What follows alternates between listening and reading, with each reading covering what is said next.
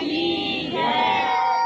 मक्केश्वर महादेव की जय। कलगी अवतार की जय। नगलंग अवतार की जय।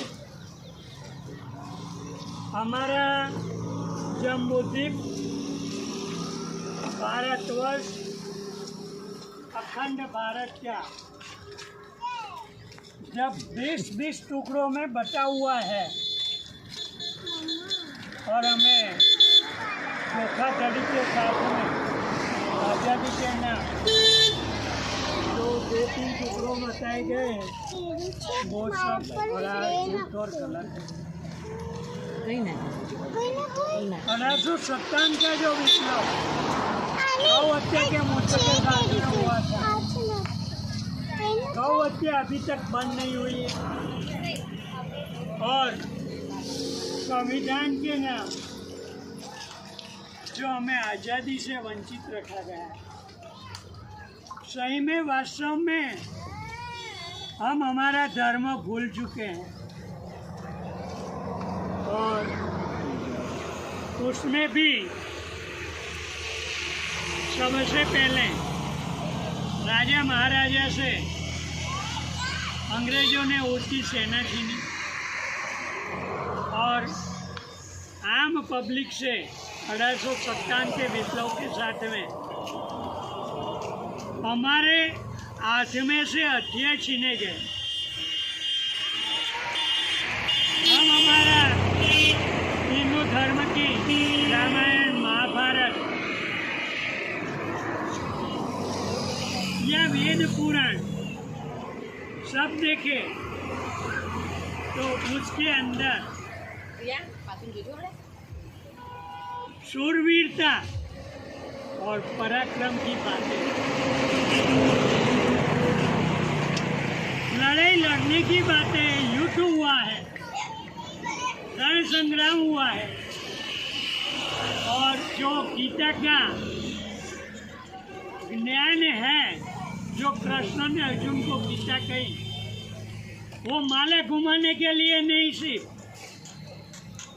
हथियारधारी बनने के लिए और हथियार उठा के युद्ध करके पापियों का धर्म के लिए संहार करने के लिए। अब ये सारी चीजें संविधान के नाम वोट मांगने वाले लोगों ने भुला दिया है।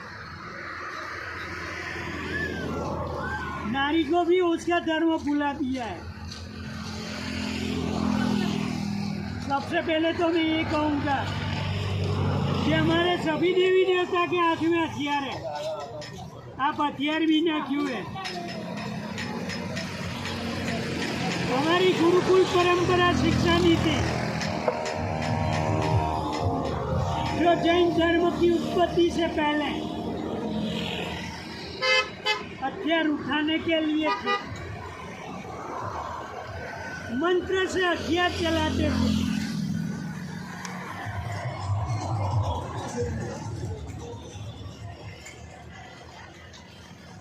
हमें वापिस हमारी माँ बहन बेटियों के हाथ में भी हथियार होंगे, तब बच्चे शूरवीर होंगे। और हमारी जितनी भी कहानी देखो,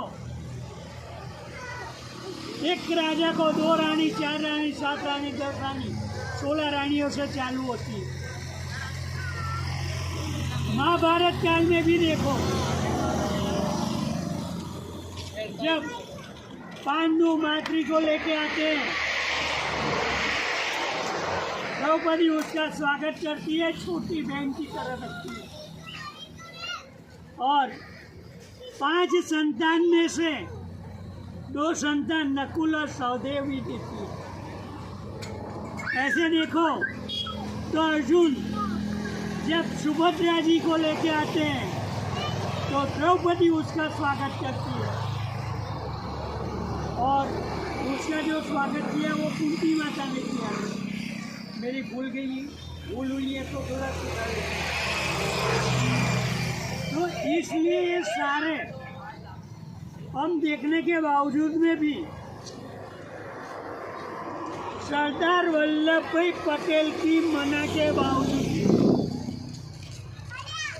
जब सरदार नहीं रहे तब नेहरू जी ने हिंदुओं के साथ में धोखाधड़ी करते हुए जो हिंदू मैरिज एक्ट डाल के हमारी नारियों को हिंदू धर्म से वंचित कर दिया। हमारी जो नारियां बहन बेटियां पहले पति परमेश्वर मानती थी, वो आज नहीं मान रही। धर्म के लिए बड़ी खोट यहाँ है। पति परमेश्वर है, पति दूसरी पत्नी लेके आए धर्म के लिए तो उसको छोटी बहन की तरह रखना, ये नारी का कड़वा सत्य धर्म है।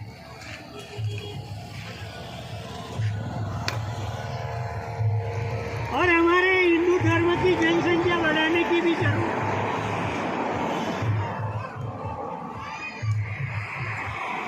जो आज इंदिरा गांधी से कहने से हम तो हमारे दो में से निकले नहीं, आज हिंदू धर्म की जनसंख्या बढ़ती नहीं है।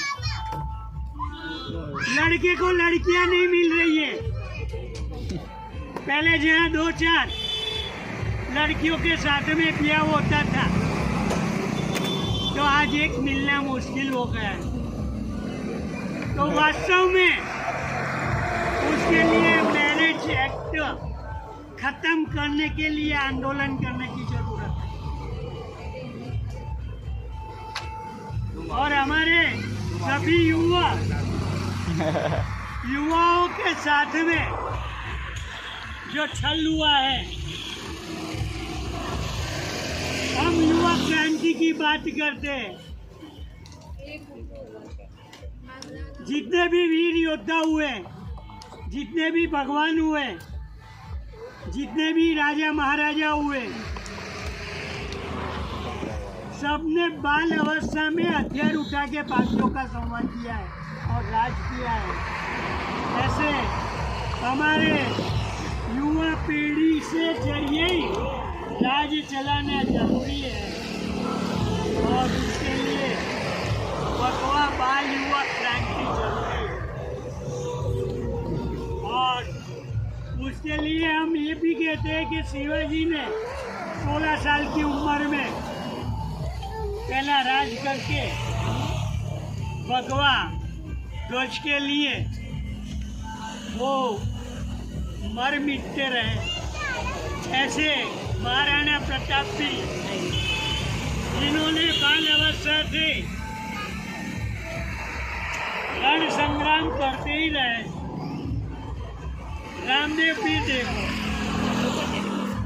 तो वो भी हिंदुजा पीर कहलाए, हिंदू धर्म के लिए लड़ते रहे। झांसी की रानी, वो भी हथियार उठाया था। और आप जो माँ जगदम्बा जगजननी का दर्शन करने पद यात्रा करके जा रहे हैं तो उसके हाथ में भी हथियार है।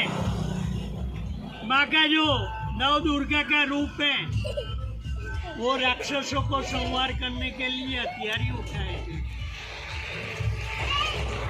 तो हमारे नवयुवा बेटी हो या बेटा, सबके हाथ में हथियार होना जरूरी है। और धर्म के लिए युवा क्रांति कीजिए और बाल रात लाइए। और उसके साथ में मेरी वाणी को विश्राम देता हूँ। बोल श्री अम्बे मात की जय।